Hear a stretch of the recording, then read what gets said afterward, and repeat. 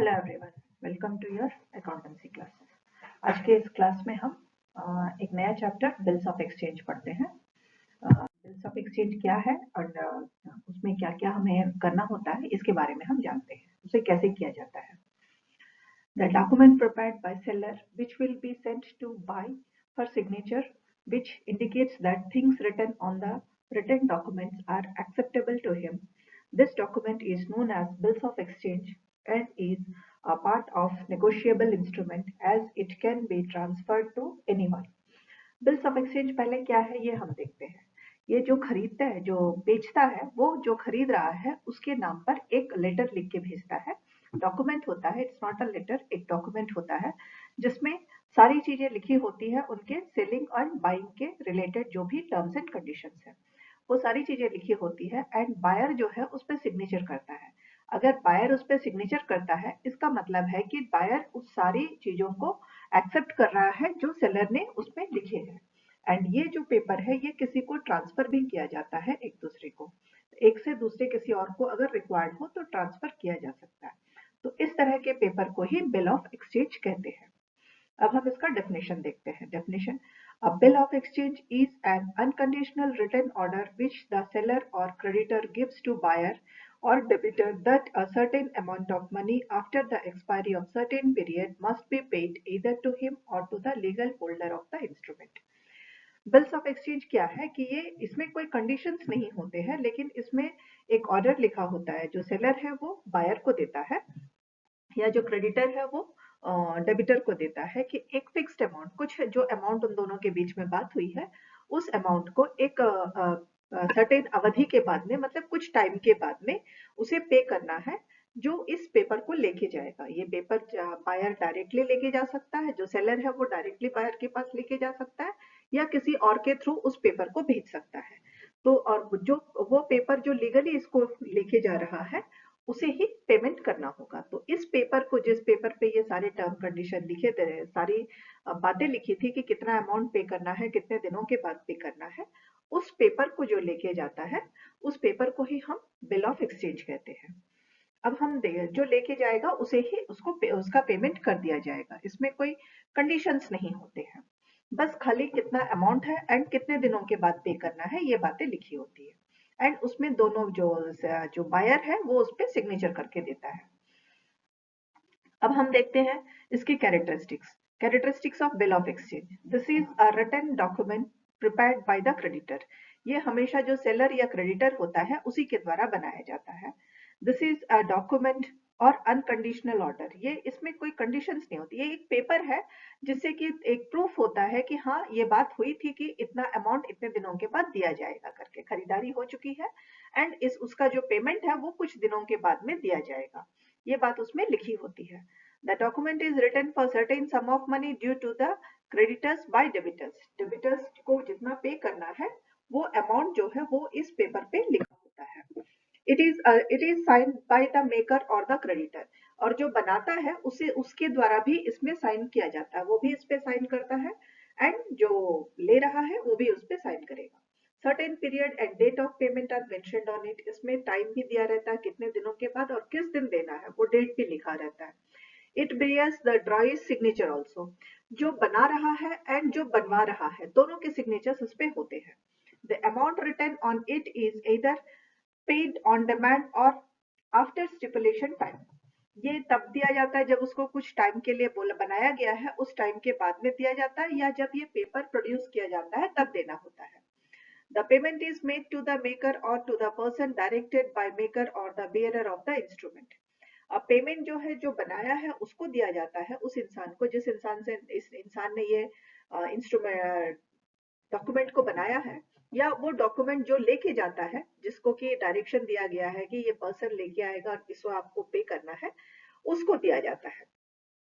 The acceptance of debtor is mandatory on bill of exchange. And bill of exchange में ये जायज सी बात है कि जो पे करने वाला है उसकी एक्सेप्टेंस का होना बहुत ही जरूरी है। This is this is stamped for certain amount, that is it is prepared on stamp paper of court। And ये जो बनाया जाता है ये कोर्ट के स्टैम्प पेपर पे बनाया जाता है। ऐसा नहीं है कि अधिकतर ये किसी भी नॉर्मल व्हाइट पेपर पे नहीं बनाते हैं, इसे कोर्ट के स्टैम्प पेपर पे बनाया जाता है। एंड इसका स्पेसमेंट जो है कुछ इस तरह से होता है, जहां अमाउंट लिखा है, डेट लिखा है, 3 मंथ्स के बाद में ये कंपनी जो है वो इसको पे करेगी करके ये लिखा हुआ है। This is the format of the bill of exchange. अब हम देखते हैं इसमें पार्टीज कौन कौन होती है। इसमें बिल ऑफ एक्सचेंज में कौन कौन से लोग होते हैं। सबसे पहला तो ड्रॉयर होगा। ड्रॉयर होगा जो उसको लिख रहा है। He is the person who rights the bills of exchange, called the writer. The bill who science the bill of exchange is the creditor. जो ड्रॉयर है वो बना रहा है वो और साइन करेगा वो होता है क्रेडिटर। एंड जो उसको हम ड्रॉयर भी कहते हैं। The person who rights the bill, जो इसको लिखता है उसको हम राइटर भी कहेंगे या ड्रॉयर भी कहते हैं। एंड दूसरा है drawee. He is a buyer of debtor. He is a person the bill is written for. He accepts the bill and makes the payment on due date. Drawer जो था वो क्रेडिटर था जिसने बनाया है इस बिल ऑफ एक्सचेंज को। And drawee जो होता है वो पर्सन है जो इस बात के लिए एग्री करता है कि हाँ वो उस पेमेंट को उस वक्त पर पे कर देगा, जब उसका टाइम आएगा तो वो उसे पे करेगा, इस बात को वो मान लेता है। तो ड्रॉई हमेशा जो होता है वो डेबिटर होता है एंड ड्रॉयर जो होता है वो क्रेडिटर होता है। इसके बाद में pair. He is the person who receives the payment. The drawer himself or any other person also receives the payment. For example, if the drawer endorses the bill to some party before due date, then the party will receive the payment. Pair क्या है कि ये वो person है जो payment को receive कर रहा है। एंड ये ड्रॉयर जो बनाया है वो खुद भी हो सकता है या वो उसको किसी और के नाम पे ट्रांसफर कर सकता है ड्यू डेट से पहले, ताकि वो पार्टी जाकर के उसको रिसीव कर सकती है उस पेमेंट को। And next is acceptance. As soon as the drawer writes the bill of exchange, it is to be accepted by the drawee. It has no value without acceptance of the drawee. ये एकदम जायज सी बात है कि अगर जो dryer उसको लिखा है और लिखने के साथ साथ जो पे करने वाला है उसे इस चीज को एक्सेप्ट करना होगा। अगर वो एक्सेप्ट नहीं करता है तो उस बिल ऑफ एक्सचेंज का कोई वैल्यू नहीं रहता है। तो इसीलिए जैसे ही बिल ऑफ एक्सचेंज बनता है इमीडिएटली उसे एक्सेप्ट किया जाता है ड्रॉयर के साथ में। देन कितने तरह के बिल्स ऑफ एक्सचेंज है। तो बेसिकली बिल्स और एक्सचेंज को क्लासिफाई किया गया है ऑन द बेसिस टाइम के बेस पे एंड अलग अलग तरीके से इसको क्लासिफाई किया गया है। तो पहले हम देखते हैं on the basis of time. तो जब टाइम के हिसाब से इसको क्लासिफाई किया गया है तो कितने तरह से क्लासिफाई किया गया है। तो टाइम के अकॉर्डिंगली इसे दो तरह से क्लासिफाई किया गया है। पहला है डिमांड बिल और साइन बिल।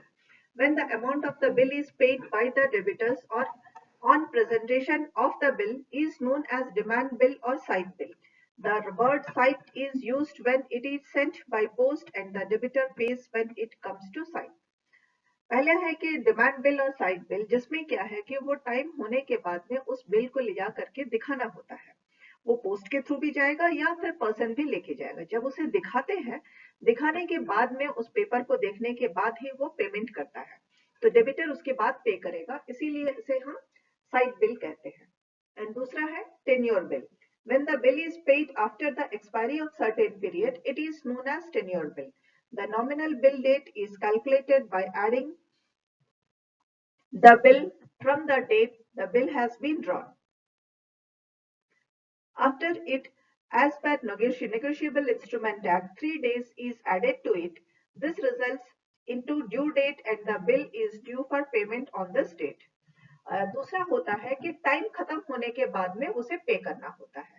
पहले वाले में क्या था कि हम वो पेपर जब दिखाएंगे तब जाकर के वो डेबिटर पे करेगा। एंड दूसरे वाले में टेन्योर बिल है जिसमें पहले ही डेट लिखा होता है और उस डेट के आते ही उसे अपने से पे करना होता है। एंड इंस्ट्रूमेंट्स एक्ट के अनुसार, नेगोशिएबल इंस्ट्रूमेंट के एक्ट के अनुसार में जो डेट है उसके 3 दिन तक का टाइम दिया जाता है। उसमें 3 दिन और ऐड कर दिया जाता है एंड उस डेट पर उसे पे करना होता है। अगर किसी महीने के 20 तारीख का डेट लिखा है तो उसमें 3 दिन ऐड करके 23 तारीख को उसे पे करना होता है। इसके बाद में दूसरा है on the basis of nature. पहले तो था बेसिस ऑफ टाइम के हिसाब से एंड दूसरा है नेचर के अकॉर्डिंगली। एंड नेचर के हिसाब से इसे दो तरह से डिवाइड किया गया है, inland bill and foreign bill. ये दो तरह के हैं, एक है इनलैंड बिल और दूसरा है फॉरेन बिल। अब सबसे पहले हम देखते हैं inland bill. What is inland bill? When all the parties to the bill is drawer, drawee and the payee are laying in the same country, the bill is said to be inland bill. ये जो bills of exchange है बहुत तरह से हर किसी के साथ में भी बनाया जा सकता है। तो जब बिल बनाने वाला, बिल पे करने वाला दोनों और जो लेने वाले सब जब अगर सारे के सारे लोग एक ही कंट्री के हैं तो उसे इनलैंड बिल कहते हैं। इसके बाद में फॉरेन बिल देखते हैं। If the drawer and the drawee of a bill of exchange belongs to different countries the bill is said to be foreign bill. For example if trade of India sells goods on credit to sellers of USA and he writes a bill of exchange, it is a foreign bill. This type of bill is written asset of 3. The bill is given again divided into two categories. Foreign bill में, inland bill में क्या था, जो लेने वाला और देने वाला दोनों ही एक ही कंट्री के होते थे। लेकिन फॉरेन बिल में क्या होता है, जो देने वाला है वो दूसरी कंट्री का होगा और जो लेने वाला है वो दूसरे कंट्री का, मतलब दोनों ही पर्सन्स दो अलग अलग कंट्री के होंगे। ऐसे कंडीशन में उसे फॉरेन बिल कहते हैं। एंड फॉरेन बिल को भी अगेन दो हिस्सों में बांटा गया है। पहला है discount against acceptance and discount against payment. इसको दो तरह से बांटते हैं, एक है डिस्काउंट एग्नेस्ट एक्सेप्टेंस और दूसरा है डिस्काउंट एग्नेस्ट पेमेंट। इसका हम डिटेल्स बाद में देखते हैं, हम आगे थर्ड पॉइंट पे चले जाते हैं। तीसरा है from view point of view, देखने के नजरिए से भी उसको किस तरह से करना है इसके ऊपर भी है। From the view point of view bills are again divided into two parts, trade bill and accommodation bill.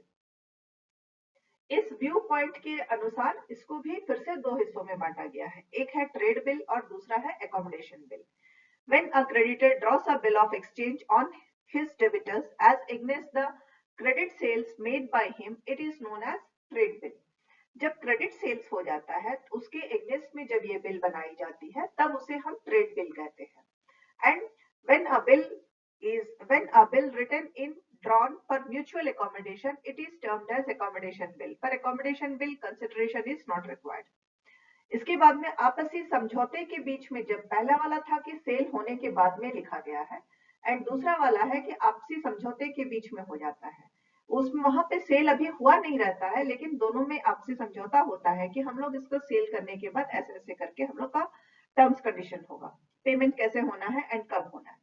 तो ये आपसी समझौते में जब होता है तब उसे अकोमोडेशन बिल कहते हैं। अब हम देखते हैं advantages of bills of exchange. Bill of exchange के एडवांटेजेस क्या है? A bill of exchange is a legal document in which debtor accepts that a certain sum of money is owned by him and he will make the bill payment after expiry of some period and is an evidence of debit. इसमें क्या है, ये एक ऐसा document है जिसमें debtor accept करता है कि उसे कुछ अमाउंट जो है वो क्रेडिटर को पे करना है एंड वो कुछ टाइम के बाद में उसे पे कर देगा। तो ये एक प्रूफ है कि ये उसने डेबिट लिया हुआ है करके। This does not require reminder for payment of debit. यहाँ पे क्या डेब्ट, यहाँ पे क्या है कि उसे याद नहीं दिलाना होता है कि उसने डेब्ट लिया हुआ है, उसका पेमेंट बाकी है, ये उसे याद दिलाना नहीं होता है।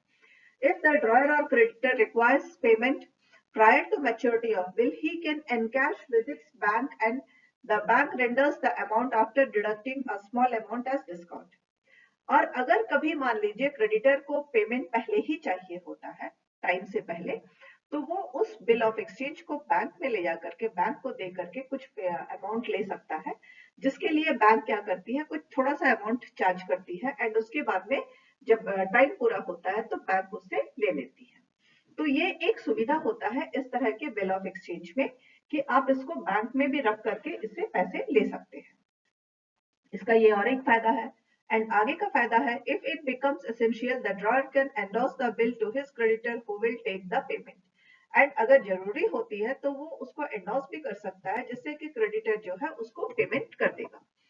Then the bill of exchange gives assurance to the creditor that his drawer will get the amount of the credit in due date. और बिल ऑफ एक्सचेंज से एक विश्वास हो जाता है क्रेडिटर को कि उसे वो अमाउंट जो है उस दिन मिल जाएगा, एक प्रूफ है उसके पास में एंड उसे एक विश्वास हो जाता है, जो पैसे दिए हैं उसे एक विश्वास होता है कि इस डेट में मुझे मेरे पैसे मिल जाएंगे।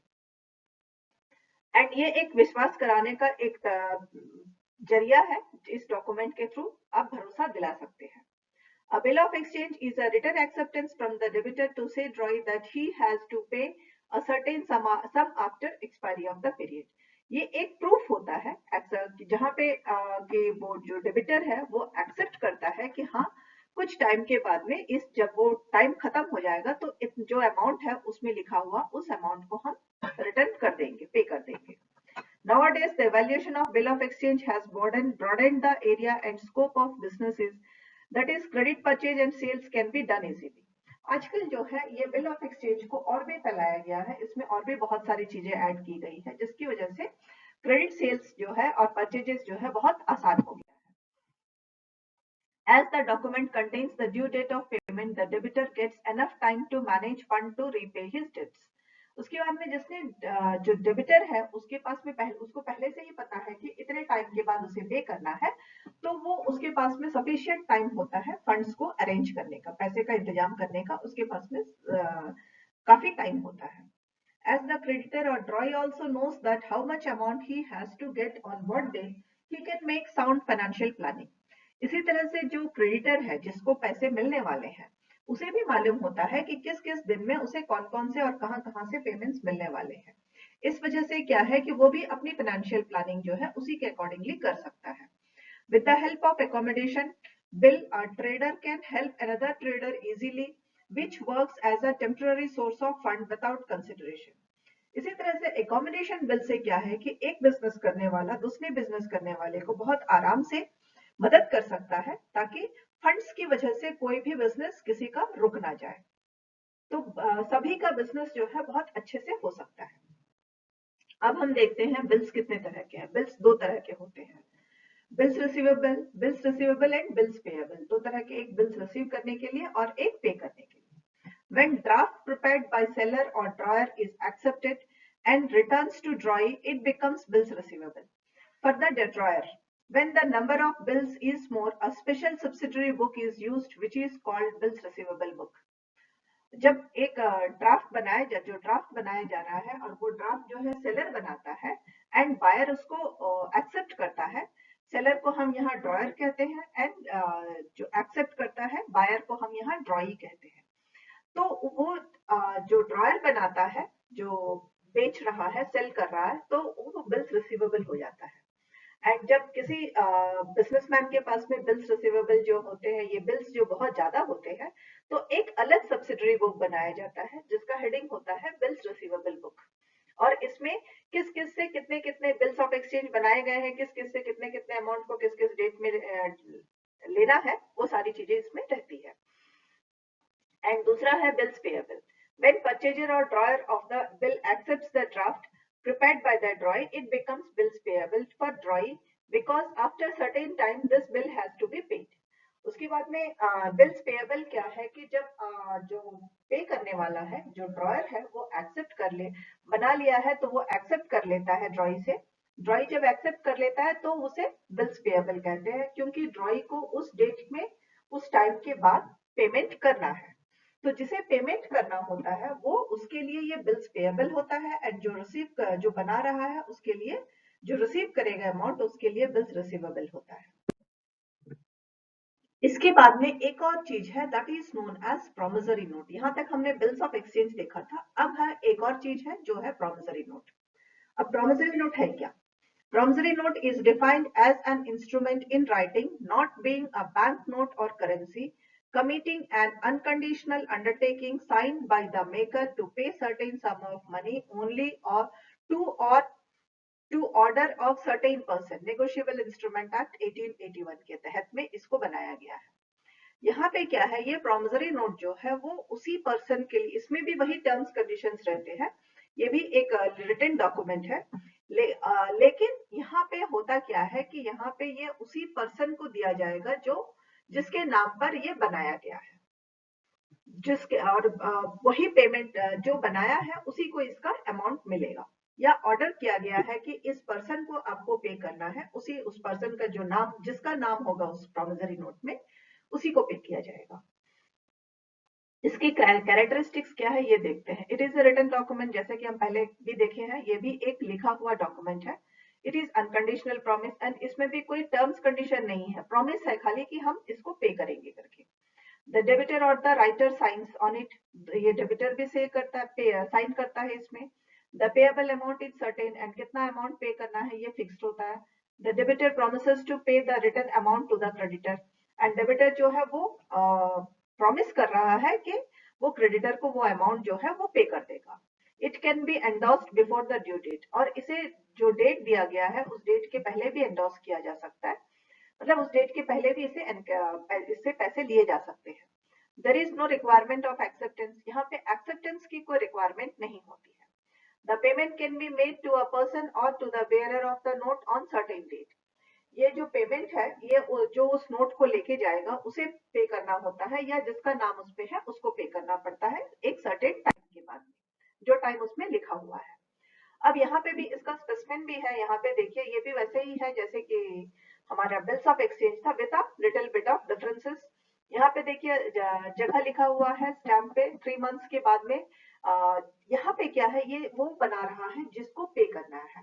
वहां क्या था, जो सेलर था वो बनाता था, यहाँ पे जो बायर है वो बना रहा है।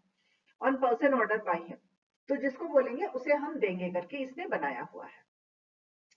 Parties of promissory note. There are two parties of promissory note, the maker and the payee.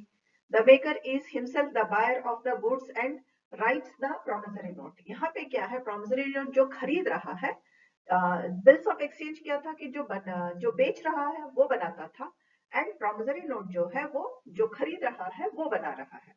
नाम में ही जाहिर है कि promissory note किसका मतलब है कि जो वो प्रॉमिस कर रहा है कि वो पे करेगा, and pay he is the person who receives the payment. No acceptance is needed on promissory note. promissory note में acceptance की जरूरत नहीं है क्योंकि जिसे पे करना है वो खुद ही इसको बना रहा है। बिल्स ऑफ एक्सचेंज में acceptance की जरूरत है क्योंकि वहां पे जो बेच रहा है वो बनाता है। So that is the difference between promissory note and bills of exchange. आगे हम और भी देखेंगे इसका, यहाँ पे देखिए आ गए हैं हम the difference between bills of exchange and promissory note. सबसे पहले acceptance, the acceptance bye ड्रॉई is mandatory, मतलब जो खरीदा है उससे उसका एक्सेप्टेंस होना बहुत जरूरी है, एंड प्रॉमिसरी नोट में उसके एक्सेप्टेंस की कोई जरूरत नहीं है, no need to take acceptance. And creditor is the writer, यहाँ पे क्रेडिटर राइटर होता है, एंड प्रॉमिसरी नोट में debtor is the writer, debtor जो है वो लिखता है। There are 3 parties in this and there are only 2 parties in this. Bills of exchange में 3 पार्टीज होती है एंड प्रॉमिसरी नोट में 2 ही पार्टीज होती है। It contains order for payment, bills of exchange में ऑर्डर दिया जाता है, जो उसमें ऑर्डर होता है कि आपको पे करना है, लेकिन प्रॉमिसरी नोट में प्रॉमिस होता है कि वो पे करेगा, एक में वादा होता है एक में ऑर्डर होता है। Then liability, the liability of owner is secondary, यहाँ पे जो ओनर है उसकी सेकेंडरी होती है, उसकी लाइबिलिटी जिम्मेदारी दूसरी हो जाती है, यहाँ पे जो ओनर की लाइबिलिटी पहली होती है।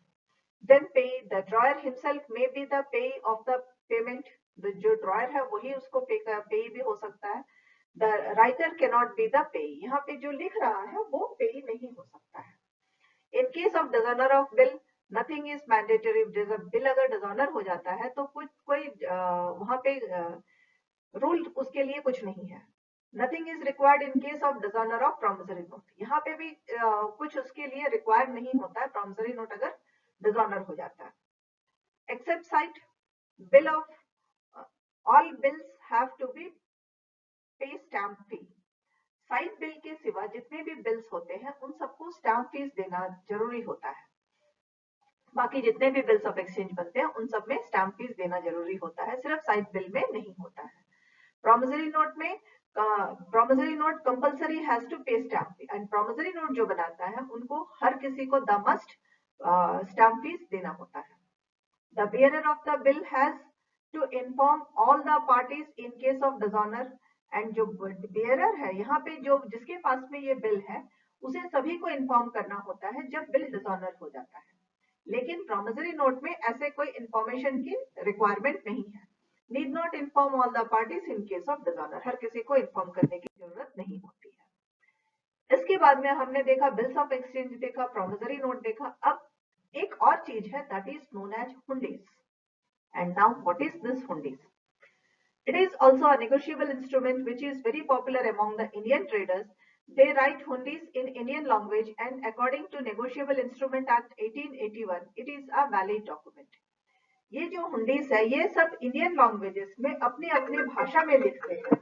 ये सारी चीजें जो है ये सारी चीजें लोग अपनी अपनी भाषा में लिखते हैं, सो इट्स अ मस्ट। इसीलिए और ये इसका जो लिखने का तरीका होता है वो नेगोशिएबल इंस्ट्रूमेंट एक्ट 1881 के तहत होता है।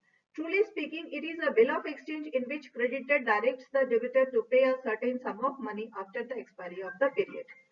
ये चीज तो वही है, लेकिन इसमें क्या है कि ये चीज वही है जैसे बिल्स ऑफ एक्सचेंज है, लेकिन यहाँ पर जो लिखने का तरीका होता है वो अपनी भाषा में होता है। इंडिया में हमारी बहुत सारी भाषाएं हैं, तो सब अपने अपने भाषा में लिखते हैं, इसीलिए इसे हुंडी कहते हैं। एंड हुंडी जो है इंडिया में बहुत अधिक पॉपुलर है। एंड इंडिया में जो पॉपुलर तरह के हुंडीज है वो क्या क्या है ये देखते हैं।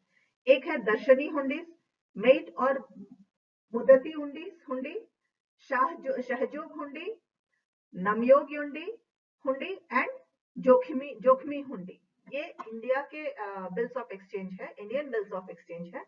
तो इनके नाम भी इंडियन स्टाइल में ही है। तो ये और जिस जगह के होते हैं उस जगह के भाषा में, उनके हमारे अलग अलग प्रांतों में अलग अलग भाषाएं हैं, तो ये उस भाषा में लिखी जाती है। ये एक तरह का बिल ऑफ एक्सचेंज ही है, लेकिन वो उसी भाषा में लिखी जाती है जिस प्रांत में ये बनाई जा रही है, इसीलिए इसे हुंडी कहते हैं। अब हम इसकी terminology of bill of exchange, bill of exchange की अपनी एक टर्मिनोलॉजी है, वो क्या क्या है ये देखते हैं। Bills receivable and bills payable.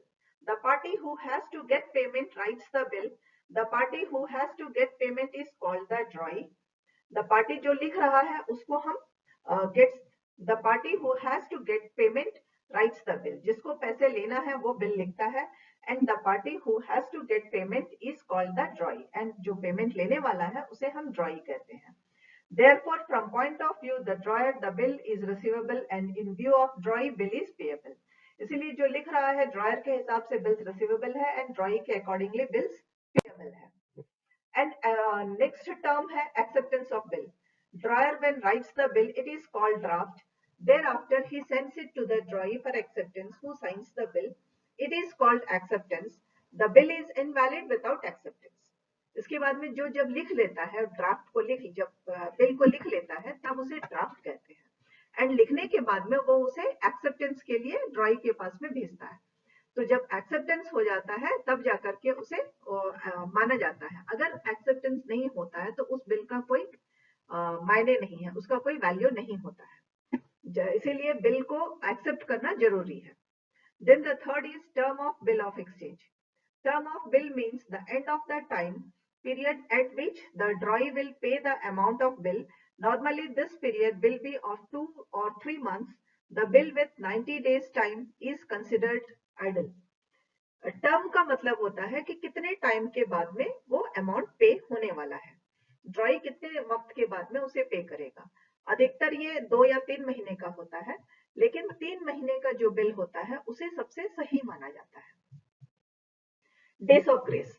To decide the date of payment of bill, 3 more days are added to due date.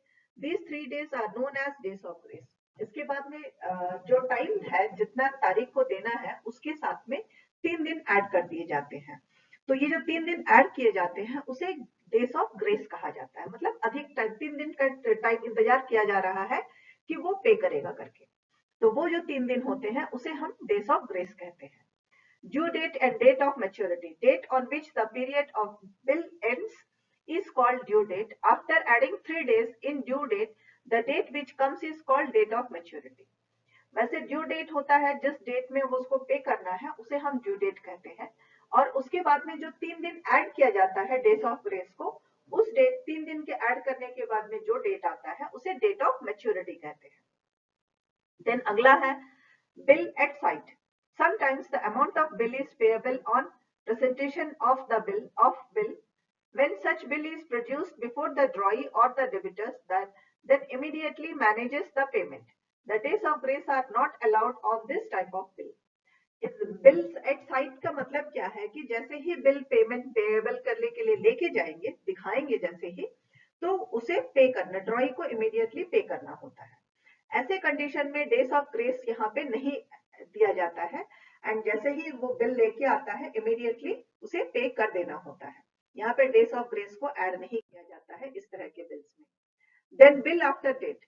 This type of bill contains the period of payment which is counted from the date on which the bill is drawn 3 days of grace are added to this period and actual date of maturity is ascertained thereafter. Bills after time इस तरह में किया जाता है, जो period है कितने time के लिए पेमेंट है उतने दिनों को काउंट कर लिया जाता है एंड उस डेट को देख लेते हैं उसके, और उस डेट पे बिल को ड्रॉ बना दिया जाता है और उसके बाद में 3 दिन उसमें ऐड कर लेते हैं एक्चुअल डेट ऑफ मैच्योरिटी के लिए एंड उसके बाद में ही कैलकुलेशंस होते हैं। Bill after site, on such type of bill the period is counted not from the date on which it has been drawn up but is counted from the date when the drawee accepts it. 3 days of grace is also added. Bill eight site में क्या किया जाता है, bill जो बनाए, bill after date में क्या है कि जिस दिन वो बिल बना दिया उसी दिन से काउंटिंग शुरू हो जाती है, लेकिन बिल एट साइट में जिस दिन बिल एक्सेप्ट होता है कि हाँ वो पे करने को तैयार है उस दिन से डेट को काउंट किया जाता है एंड उसके बाद में 3 दिन ऐड कर दिए जाते हैं। जैसे बिल आफ्टर डेट में क्या है, जिस दिन वो जो सेलर है उसने बिल बनाया उसी दिन से काउंटिंग शुरू हो जाती है 90 डेज की या 60 डेज की जो भी है एंड, लेकिन आफ्टर साइट में जब वो सेलर जो है बना करके बायर को भेजेगा एंड बायर जब उसको साइन करेगा उस दिन से डेट को काउंट किया जाता है। Negotiation is the process which helps to transfer the instrument to the third party so that he can get the amount after being holder of it. Negotiation का मतलब है कि ये वो पूरा प्रोसेस है जहां पे सब एक दूसरे के साथ में बातचीत करते हैं कि वो जो बिल ऑफ एक्सचेंज था वो दूसरे पार्टी को दे दिया जाएगा एंड जब उसका टाइम हो जाएगा तो वो जो तीसरा पार्टी है वो उसको रिसीव अमाउंट को रिसीव करेगा। ये जो सारी बातचीत आपस में होती है उसे ही नेगोशिएशन कहते हैं। Endorsement of bill, when the bill is transferred to a person putting his name on the back of it and he gets the amount, this is endorsement of bill. कभी कभी बिल के पीछे में वो person जो transfer किया गया है वो पर्सन का नाम लिखा जाता है जिसके नाम पे ट्रांसफर हुआ है एंड वो तब उसे लेके जाता है बिल ऑफ एक्सचेंज को एंड उसको पेमेंट मिल जाता है, तो इसे एंडोर्समेंट ऑफ बिल कहते हैं। Then discounting of bill, sometimes the drawer on the creditors need money before the maturity due to some reason. Under such circumstances, he may approach his banker who pays the amount of bill after deducting a small amount as discount. This is known as discounting of bill. कभी कभी क्या है, जो dryer है उसको पैसों की जरूरत होती है तो वो क्या करता है, ये बिल ऑफ एक्सचेंज जो है उसे लेकर, क्रेडिटर को पैसों की जरूरत है तो वो बिल ऑफ एक्सचेंज को लेके बैंक पे जा सकता है एंड बैंक जितने अमाउंट का है उसमें से कुछ अमाउंट कम करके जो डिस्काउंट के नाम पे वो अपना काट लेती है एंड पे कर देती है ड्रॉयर को। उसके बाद में क्रेडिटर को पे करती है एंड जब ड्यू डेट होता है तो वो डेबिटर से उस अमाउंट को ले लेती है। Then dishonor, when due to some reason the drawee or the debitor fails to pay the amount of the bill as on due date, this is dishonor of bill. कभी कभी अगर किसी कारण से जिस डेट में उसको ड्रॉई को जो पे करना था, पेमेंट करना था, अगर वो पे नहीं कर पाया तो बिल का डिसऑनर हो गया करके कहा जाता है, वो बिल जो है वो डिसऑनर हो गया कहा जाता है। Payment before maturity, sometimes the ड्रॉई or debitor has enough money before maturity of the bill. As a result, he pays the amount of the bill before maturity date. For this, drawee gets rebate on the amount. कभी कभी जो ड्रॉई है जिसे payment करना है उसके पास में अचानक से कुछ अधिक पैसे हो गए हैं तो वो चाहता है कि उसकी जो बिल्स है वो पहले ही वो पे कर दे। इस तरह से अगर जब वो पहले पे करने लगता है, टाइम के पहले ही वो पे कर देता है एंड जब टाइम से पहले पे करता है तो उसे उसके लिए कुछ रिबेट, कुछ डिस्काउंट मिल जाता है तो वो उसके लिए फायदा हो जाता है। इसे हम जो पहले पेमेंट होती है उसे पेमेंट बिफोर मैच्योरिटी कहते हैं। Renewal of bill, sometimes the drawee requires the drawer to cancel the old bill and to draw fresh one so that he may get some extra time to manage funds for payment. The drawee accepts the drawer's a fresh bill is placed of the in place of old bill. This is called renewal of bill. For this, drawer charges extra rate.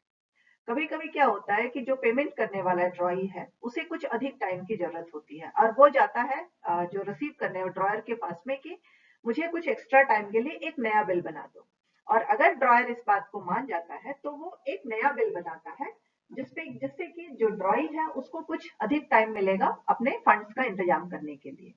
तो ये जो दोबारा same bill जब दोबारा बनाया जाता है उसे रिन्यूअल ऑफ बिल कहते हैं एंड इसके लिए जो ड्रॉयर है वो कुछ अधिक चार्ज करता है, रेट एक्स्ट्रा लेता है। नेक्स्ट है हमारा holder of bill. The person who holds the bill on maturity date is known as holder of bill. Holder may be drawer or bank or endorsee. In case of endorsement, holder of bill has right to get the amount of the bill. Holder of bill मतलब जब maturity का date आ गया उस दिन वो bill जिसके पास में होता है उसे हम होल्डर ऑफ बिल कहते हैं।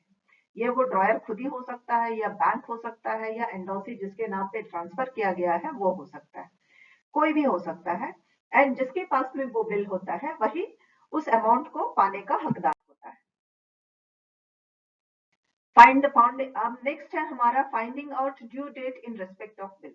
हर बिल के लिए अलग अलग ड्यू डेट्स होते हैं तो वो कैसे कैलकुलेट किए जाते हैं अब हम ये देखते हैं।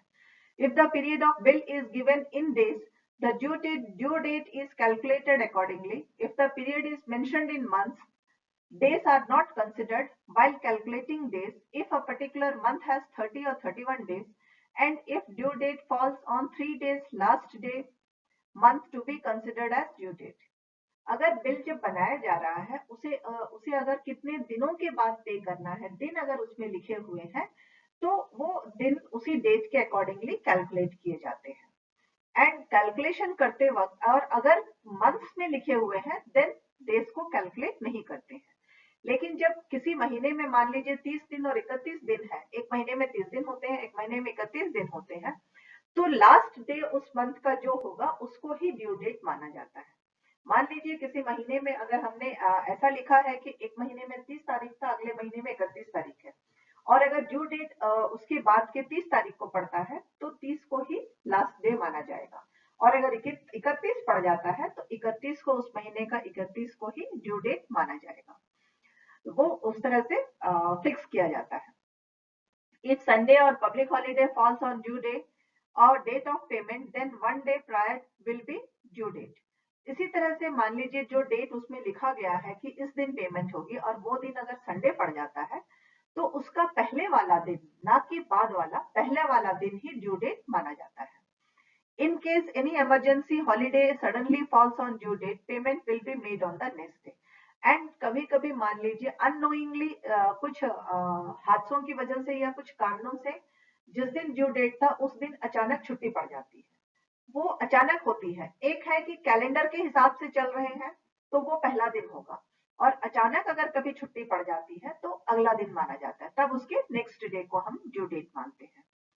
Period of bill in case of after due is calculated from date of writing of bill, and in case of after side the calculation is done from the date of acceptance. Due date में period of bill in case of after due date में जिस दिन से bill लिखा गया है उस दिन से उसको एक्सेप्ट किया जाता है, एंड इनसाइट में जब वो एक्सेप्टेंस होता है, एक्सेप्टेंस के बाद से डेट को काउंट किया जाता है। Different uses of bills receivable, इसके अलग अलग यूज क्या है। Retaining of bill till the date of maturity, date होने तक बिल को रखा जाता है। Discounting the bill from bank before due date of maturity, and कभी कभी बैंक से उससे पैसे लिए जा सकते हैं वक्त से पहले। Endorsement of bill before date of maturity, उसी तरह उसको एंडोर्स किया जा सकता है, किसी दूसरे को दिया जा सकता है मैच्योरिटी से पहले। Sending the bill to bank for collection before date of maturity, and कभी कभी बैंक को भी भेज दिया जा सकता है कि डेट जब इसका टाइम हो जाए तो इसे कैलकुलेट कर लीजिए, इसको अमाउंट को कलेक्ट कर लीजिए। तो इस वीडियो के लिए इतना ही। अगले वीडियो में हम इसका आगे का राइटिंग कैसे होता है, अकाउंटिंग एंट्रीज कैसे की जाती है, ये सारी चीजें हम नेक्स्ट वीडियो में देखते हैं। Thank you everyone.